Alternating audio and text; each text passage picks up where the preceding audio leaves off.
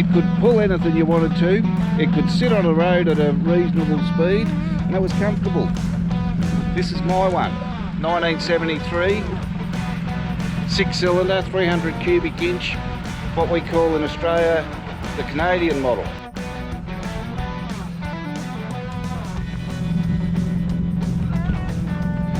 Ford's F100, a commercial vehicle that drove like a car. They were imported right-hand drive. They had the 6-cylinder motors, and the other thing about these trucks that was different was that they retained the all-steel dash, which is really quite nice. Simple and clean. The window winders, very similar to Mustangs and other Fords. Ford did that all the time. Took bits out of other cars and put them all into a range of vehicles. So this one, it's got the 5-speed box, which is an upgrade which we put in.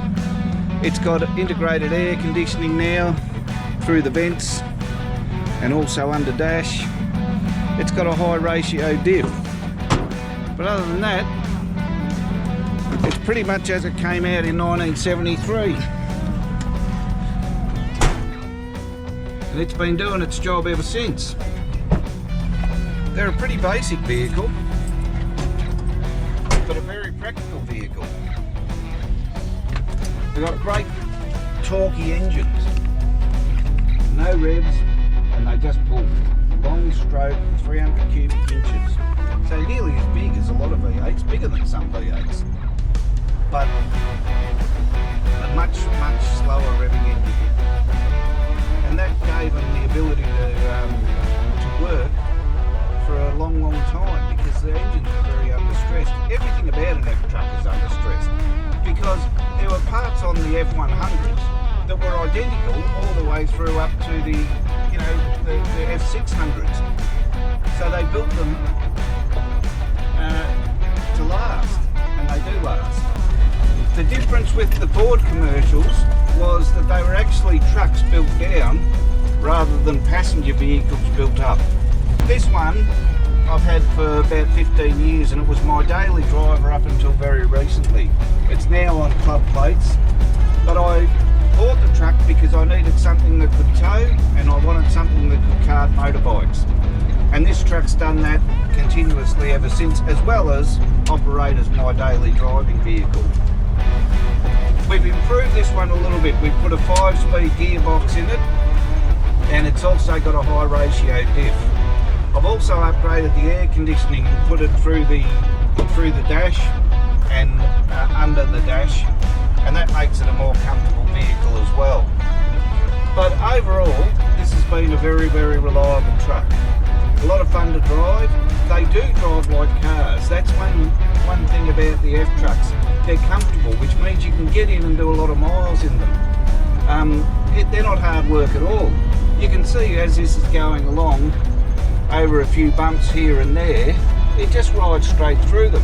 The suspension package was quite good and made them very comfortable. They had big commercial wheels on them, so if you get the right tyres on them, they're like 4-wheel drives today. 60,000-70,000 kilometres, there's no problems at all on a set of tyres. The suspension itself, we haven't had to do anything with this. It just keeps going, doesn't give us any trouble. Actually, nothing about this truck gives you trouble. They are very basic.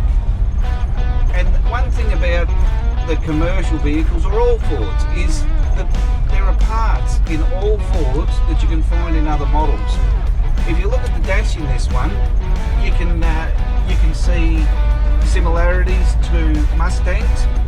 You can also see that the window winders and the door handles are also similar to Ford passenger vehicles, including the Mustang. So Ford did that a lot. They even took that philosophy to the racetrack when they went to Le Mans to beat the Ferraris. There were parts of Ford commercial vehicles sitting in the GT40. The engine and the gearbox and the diff were all commercial based products. Yes, they did them up, but the reality is what they did was they took something that was built to be a truck because they knew it would last, souped it up as far as they could, and old Enzo Ferrari was in big trouble. But it's done a lot of miles, probably around 70,000 miles since I've had it.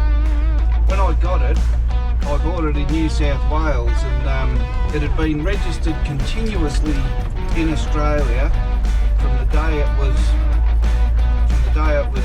purchased up until I bought it. And in that time, it had worked for 2 courier companies, Wards and TNT from memory. So it's probably done 1 million miles before I got it. And so it's done a bit of work. It's not concourse, but it was built to work, and that's what I've been doing with it, working it ever since. Recently I put it on club plates, so it's not doing the miles that it used to do. It's got a few little dings. Somebody backed into me here. When they did back into me, this grill was worth $300. Ford stopped making them, now they're about $1,300. That's why that's still there. But if you haven't driven an F100, the thing about them is they drive like a car. They pull like a truck,